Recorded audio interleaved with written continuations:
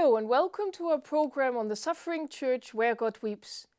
Today we have the special opportunity of meeting a bishop from the Romanian Greek Catholic Church united with Rome, Bishop Florentin Ceihalmeanum. Welcome to our studio, Bishop. Hello, thank you. Only recently the Romanian Greek Catholic Church has been raised to the rank of Major Archiepiscopal Church by Pope Benedict XVI. What does that mean for your church? This means, I can say, primarily a great responsibility, because this level of church, it's a church that take in his hands all his problems, and he is more independent from Rome.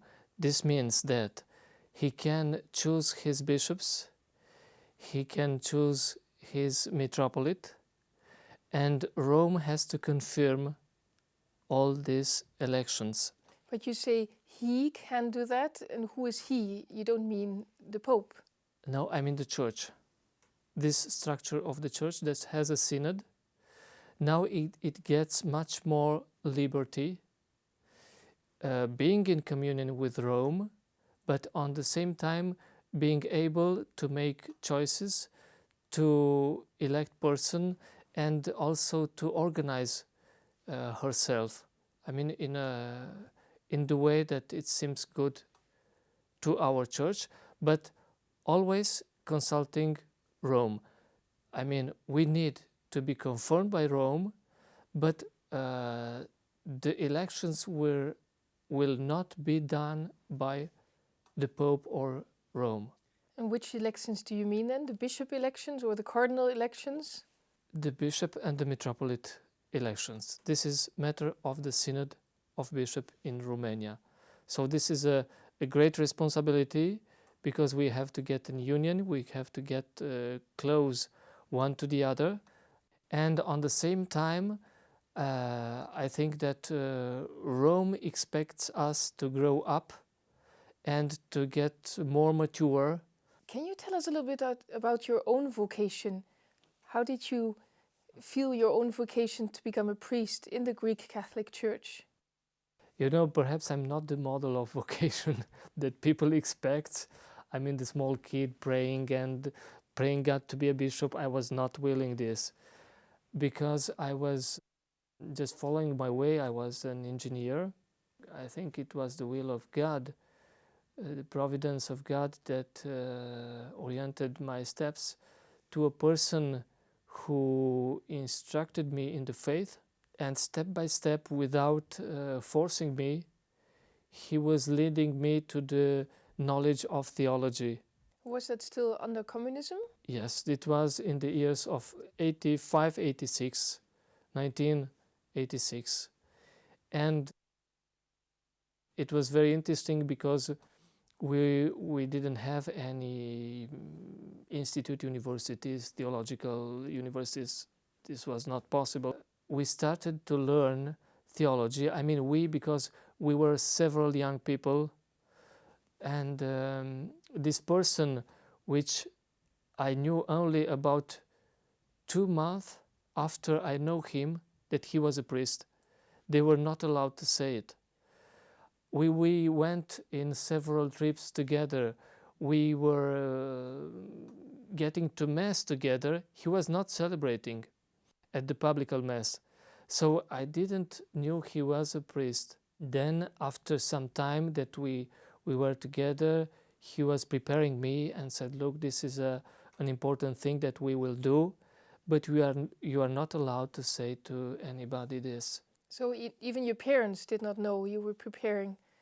Not so much. The last period of time, yes, I had to tell them, because he was honest. I mean, he wanted to take the approval of my parents in order to be a priest. And I was ordained on there were 2 together that we were ordained in the piazza of the central piazza of Cluj, outside, because we didn't have churches. So in 9 September 90, it was the ordination, and we made a kind of this kind of hidden courses. We went to the house of this priest. We just make some written papers. Then he would say, look, 2 weeks, don't come to me anymore, because he was followed. And there were persons put there to follow each persons that entered and get out from his house. And so step by step we get together. Then I asked him that one of my first holidays as an engineer to be in a parish in the mountains. So it was my first clerical experience, if I may say something, and it was a very nice experience. I was just ministrating at the liturgy and trying to get in the sense of this calling of God and to understand what God was calling me for. And do you understand him now, what God is calling you for at this moment? I cannot say I am understanding him now. This is very hard to say, because I think it's much easier to read the experience of the road of life after than in that very moment. Let us now watch together a video on the Romanian Greek Catholic Church.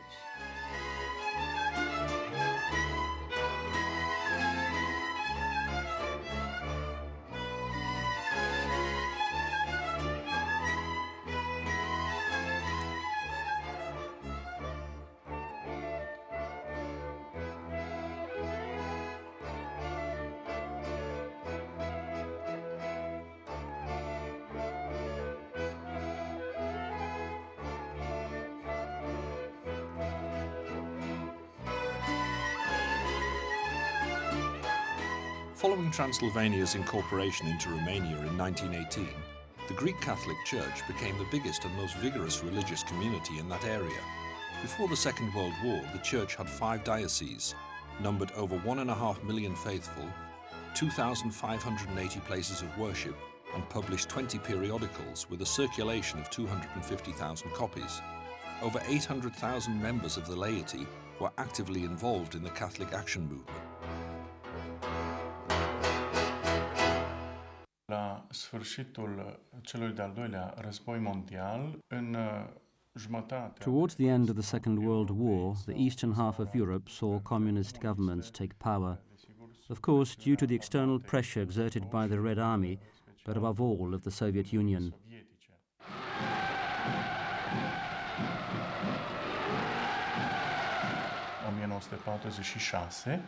In 1946, after rigged elections, Romania saw its first communist government installed. The times of communist dictatorship, with Gheorghe Udeș and later Nicolae Ceausescu, were amongst others characterized by the stifling of religious practices. The main thrust of this policy did not strike at the mainstream Orthodox Church, because although it did not avoid persecution, it had decided to reach a compromise and cooperate with the authorities. Relations with the Vatican were cut. The Roman Catholic Church, composed mainly of a Hungarian minority, was also tolerated. The biggest enemy proved to be the Greek Catholic Church. According to what I know, the order came from Moscow to suppress these Byzantine Catholic churches, being considered as an anomaly by the Russian people and maybe also by the Russian Orthodox Church at that time, and they wanted them to go back to what they called the Mother Church.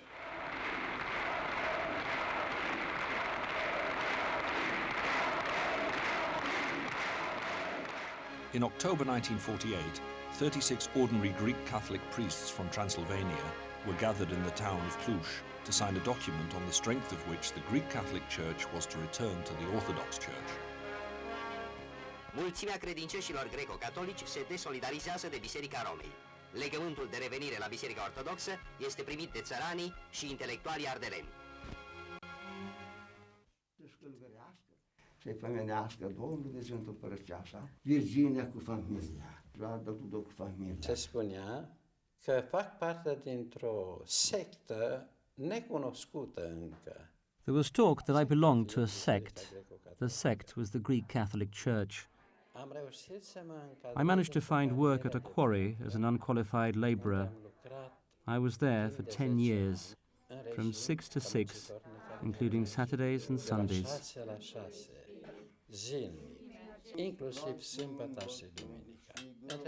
In the meantime, one night, in some dark cellar in the centre of Cluj, the Bishop Ioan Dragomir Maramureș ordained me a priest of the Greek Catholic Church in secret. M-a hirotonit preot pentru Biserica Greco-Catolică în clandestinitate. Thereafter, my whole life had to be split between hard work and church matters.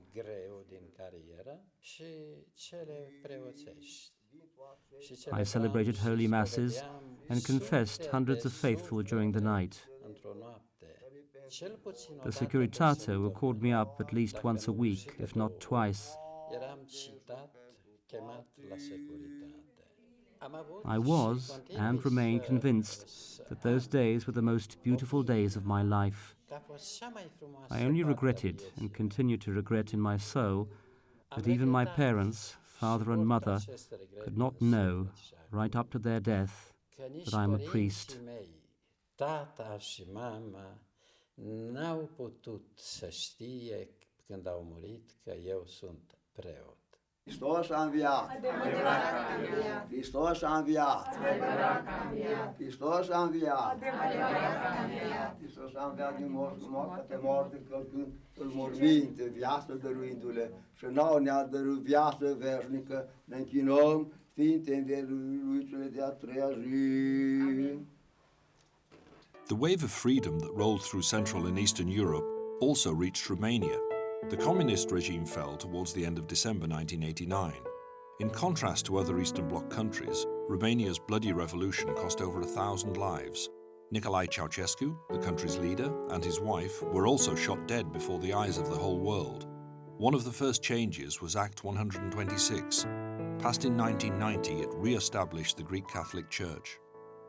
Deschideți voi, boieri, porțile și vă ridicați porți veșnice și va intra împăratul măririi.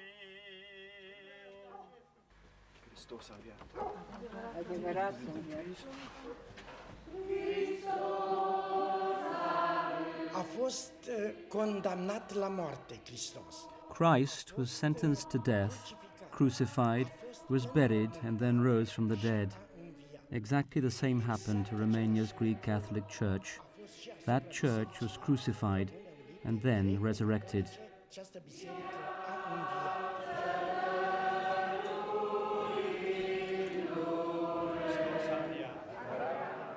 In communist times, the Eastern Orthodox Church was allowed to be there, but not so the Romanian Greek Catholic Church.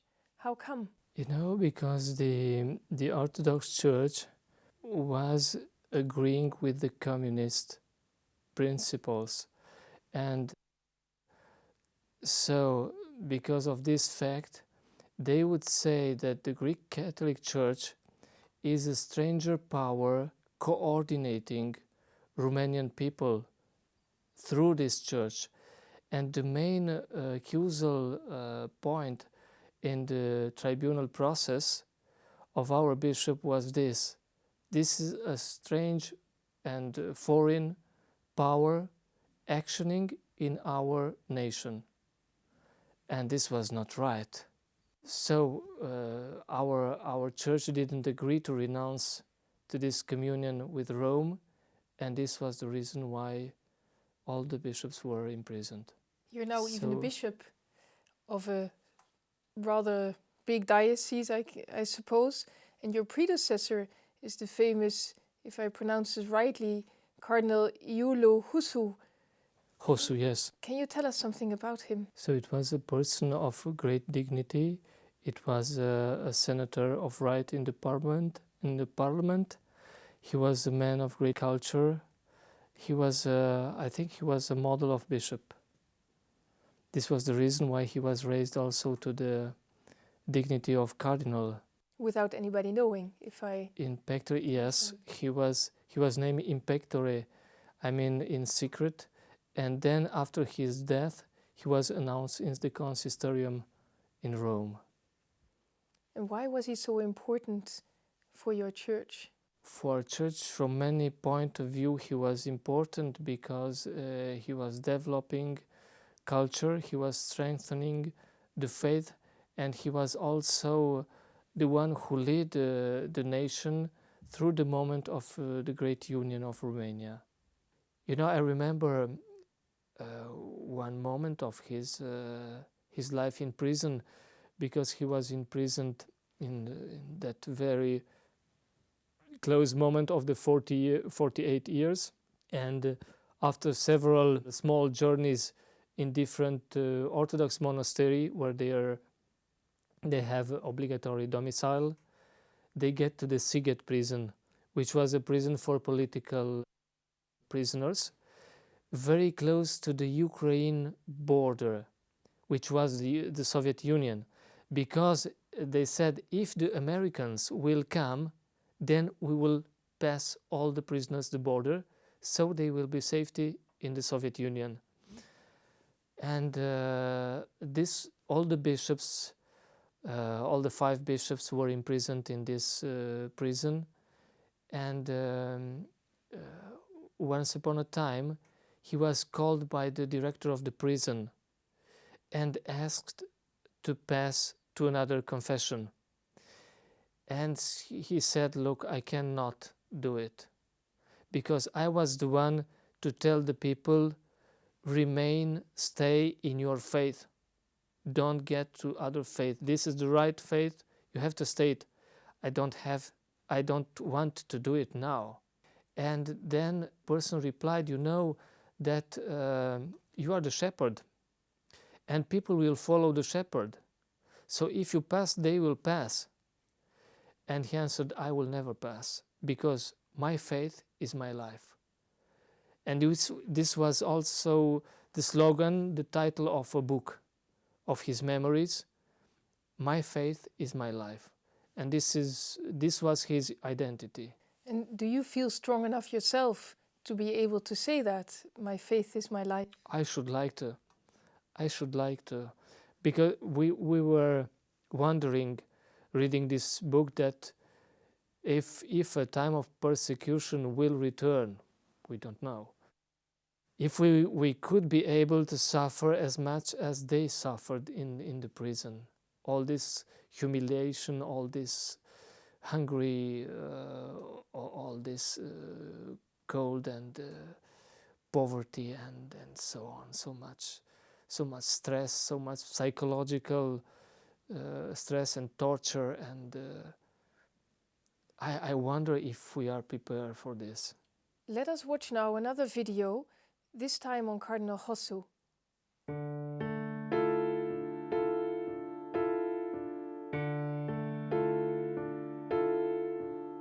Bishop Iuliu Hossu was detained at the Orthodox monastery at Căldărușani to the end of his life. He could not see his congregation. All sorts of methods were tried to persuade him to renounce his allegiance to Rome. Orthodox Patriarch Justinian Martin offered him the leadership of the Metropolitan Archbishopric of Moldavia, which, taking into account the succession rights in the Orthodox Church, was tantamount to assuming the future function of the Patriarch of the Romanian Orthodox Church. Bishop Hossu refused. În 1968, His Eminence Giovanni Celli, the Holy See's envoy, comes to Romania in 1968 and meets Bishop Iuliu Hossu at the monastery in Căldărușani. Cardinalul Iuliu Hossu la mănăstirea Căldărușani. Dar în această During their one-to-one discussion, His Eminence Celli asks the bishop, if the Holy Father ordained you a cardinal, Father, what would you do? Would you accept? The bishop is said to have answered, what would that entail? Would I have to go to Rome? Possibly yes.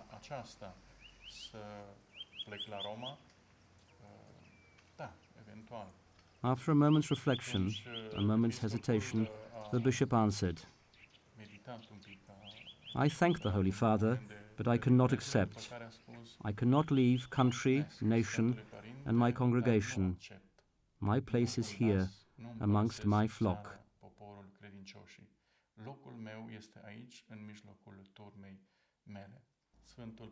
The Holy Father, Paul VI, did not listen and appointed him to the College of Cardinals in 1970, but in pectore. Cardinal Hosu dies the same year, aged 85, with 3 words on his lips: "Everything yours, Lord," describing the 22 years of captivity as a road of blessings. A further 3 years had to pass before the appointment became public knowledge.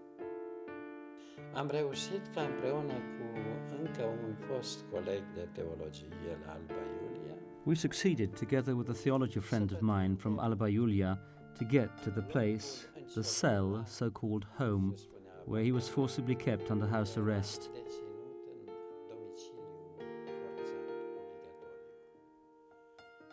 He was greatly surprised by our coming. How did you get in?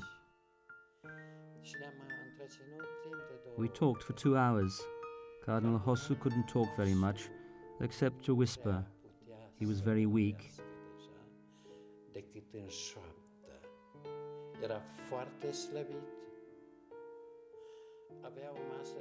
He had a table made out of 2 unplaned planks, on which he would celebrate the Holy Mass every day. I was so happy for having been able to get to know him. He was indeed holy, in this life, here on earth. Realmente un sfânt în viață pe pământ. What now are your hopes for reconciliation between the Romanian Greek Catholic Church, your own church, and the Orthodox Church?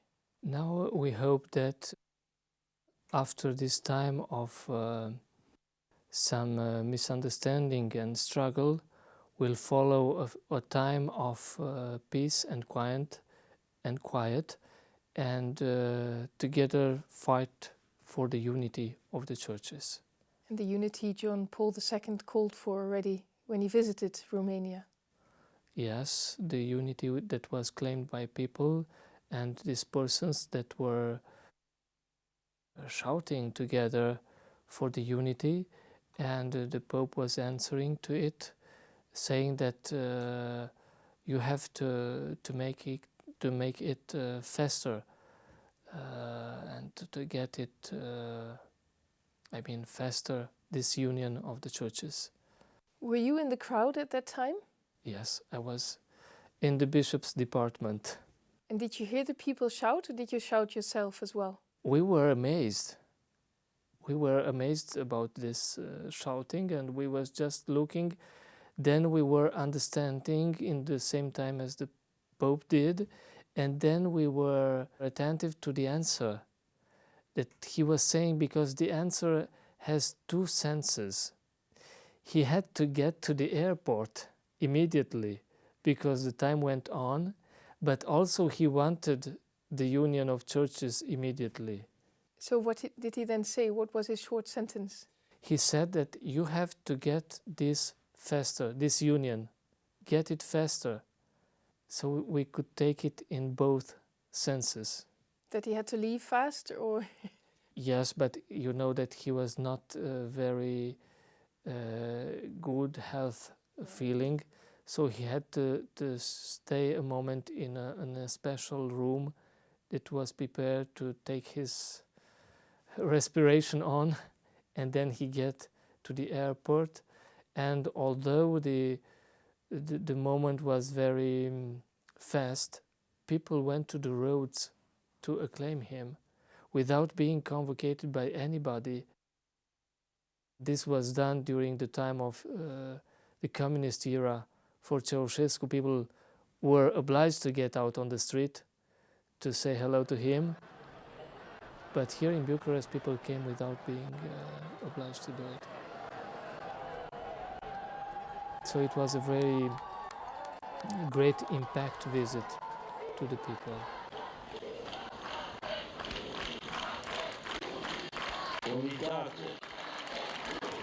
What exactly did the people shout? They said unitate, unitate. It means communion, communion, unity. It's better translated. What is your wish for Romania, for the whole church in Romania?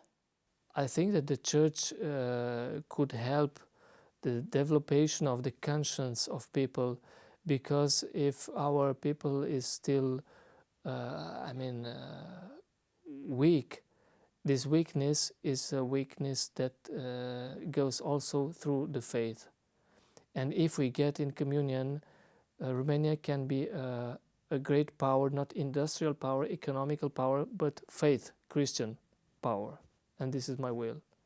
Thank you, Bishop Florentin Ceihalmeanum, for being with us today in our studio. And thank you for watching our program Where God Weeps. And if you want to learn more on how you can help the Romanian Greek Catholic Church, please log on to our website, which is posted at the end of our program. And we hope to see you again next week. Take care.